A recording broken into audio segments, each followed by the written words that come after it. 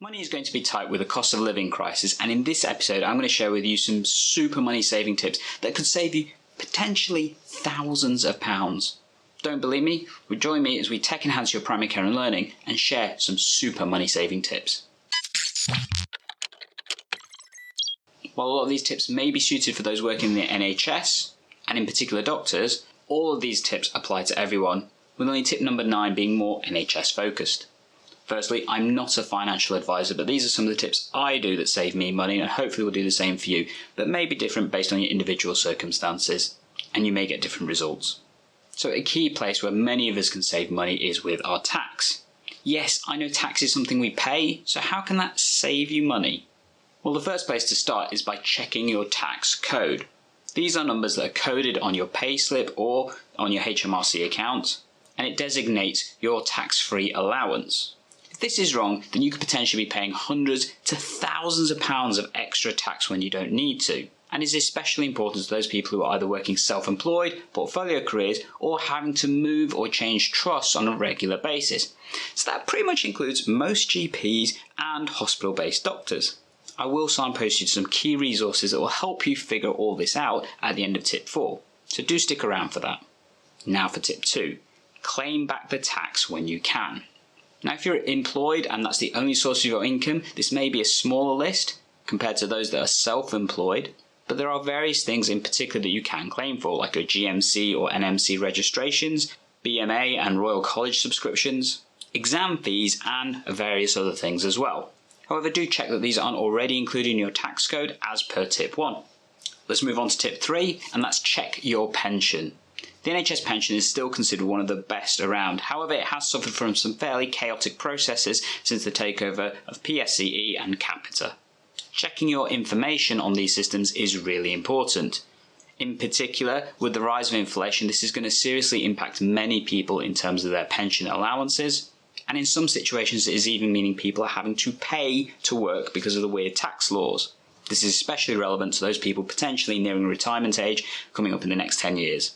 So do check your pension details, especially your total reward statement. And details of how you can do this is going to be included in the resource coming up after tip 4. Speaking of tip 4, this is about considering how much you pay for your lunch and coffee and various other things.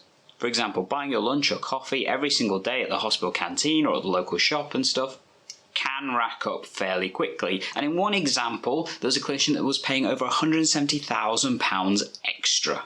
Don't believe me?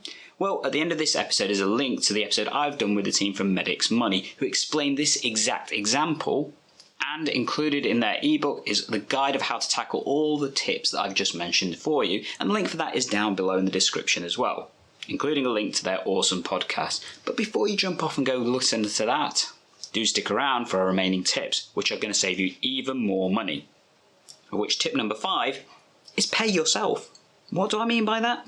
Well, many people forget to use their pay to actually pay down things or save up for things or build assets. And a really effective way of trying to make sure that happens is setting up a direct payment from your account after your pay has actually come in to a separate one that you can then use for various different aspects. For example, paying down bad debts you may have, savings, or investing into assets that will help build up your wealth over time. This is a much more effective way rather than seeing those funds available and having to find them in emergency situations. Let alone talking about savings, we also need to talk about your outgoings, and that's tip number 6. When it comes to considering your outgoings, it's estimated that on average about £40 a month is spent by people on subscriptions that they don't even use. How can you check? Well, grab a pen and paper or a spreadsheet and go through your various accounts and check all the different payments that are actually going out of your various accounts that you may have. Do you know what they all are? And do you still need them? You may be surprised to see online subscriptions or other types of things that, let's be honest, you're not actually using. Alternatively, there are some websites and apps that you can look at, like Rocket Money, that can help you do that for a small fee. But a great way to save money is to reduce your outgoings, particularly those that you don't necessarily use. So let's talk about tip 7, and this is exploring rewards on your spending. Whether this is by cashback credit cards, air miles, or other types of reward-based payments, these can help you claw back some money every single time that you actually spend money. Average tends to be about 1%, but where you can really enhance is by using cashback websites like Quidco, Top Cashback, or Kidsstart. that on average can save you about £250 extra per year, particularly if you use it for higher ticket items like insurance and those kind of things. And this feeds into tip number 8, which is check that something's not cheaper somewhere else. There are loads of comparison websites when it comes to things like energy and insurance and that kind of stuff, but even items you might want to purchase can be available just by doing a quick search. Apps that like Honey can give you things like voucher codes and stuff. However, one of my favourites is a website called Camel. Yeah, so good they named it 3 times.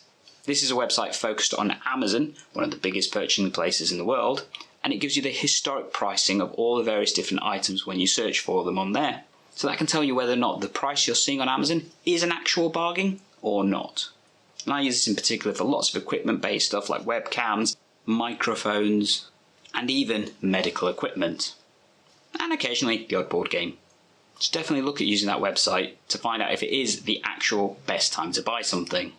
You can even set the website to give you a reminder when a particular item is under a price that you actually want to pay for it. And this works really well for things you may not need right now, but looking at getting in the future. Now, before I get to my favourite tip, which is for all you NHS workers out there, comment below on which of these tips you found most effective for yourself. And if you have found this episode useful so far, please leave a like below and share it with your co-workers to help them save some money. Speaking of your co-workers, this tip is for all the NHS workers out there, and that's using your NHS discount. Yep, you'd be surprised the number of places you can get this, but a slightly better way of doing this is by applying for the blue light card. You can apply for this online or through the app, and the reason why I like it, well, there's 2 main reasons. Number 1, I do actually find it easier asking for blue light card discount rather than asking for NHS discount. This may be something to do with the way that my job is perceived, but it does seem to be more universally accepted. Additionally, I don't have to keep my ID with me all the time because I can use the blue light card, or even better, the app that it has. And I would definitely recommend using the app because you can not only use that in store, but also online. It kind of works a little bit like the cashback websites for most things online, but for some places you can use it to buy vouchers that you can then redeem at other retailers at a discounted price, therefore saving you even more money. I'd estimate over the past year the blue light card has saved me at least about £300, and there are some stellar discounts on there for higher ticket items, including cars and stuff if you're looking at fleet options. They have lots of promotions every now and again, so do subscribe to their email or social media profiles. And just for clarity, they haven't paid me to say any of this, I actually really enjoy using the card. Adding all those tips up, I guarantee that will save you hundreds to thousands of pounds. And if you want more detail about the tax stuff, as I mentioned, check out this episode with the expert, the Medic's Money team. And I guarantee that will help save you even more money, because we cover loads of tips that we haven't covered in this episode.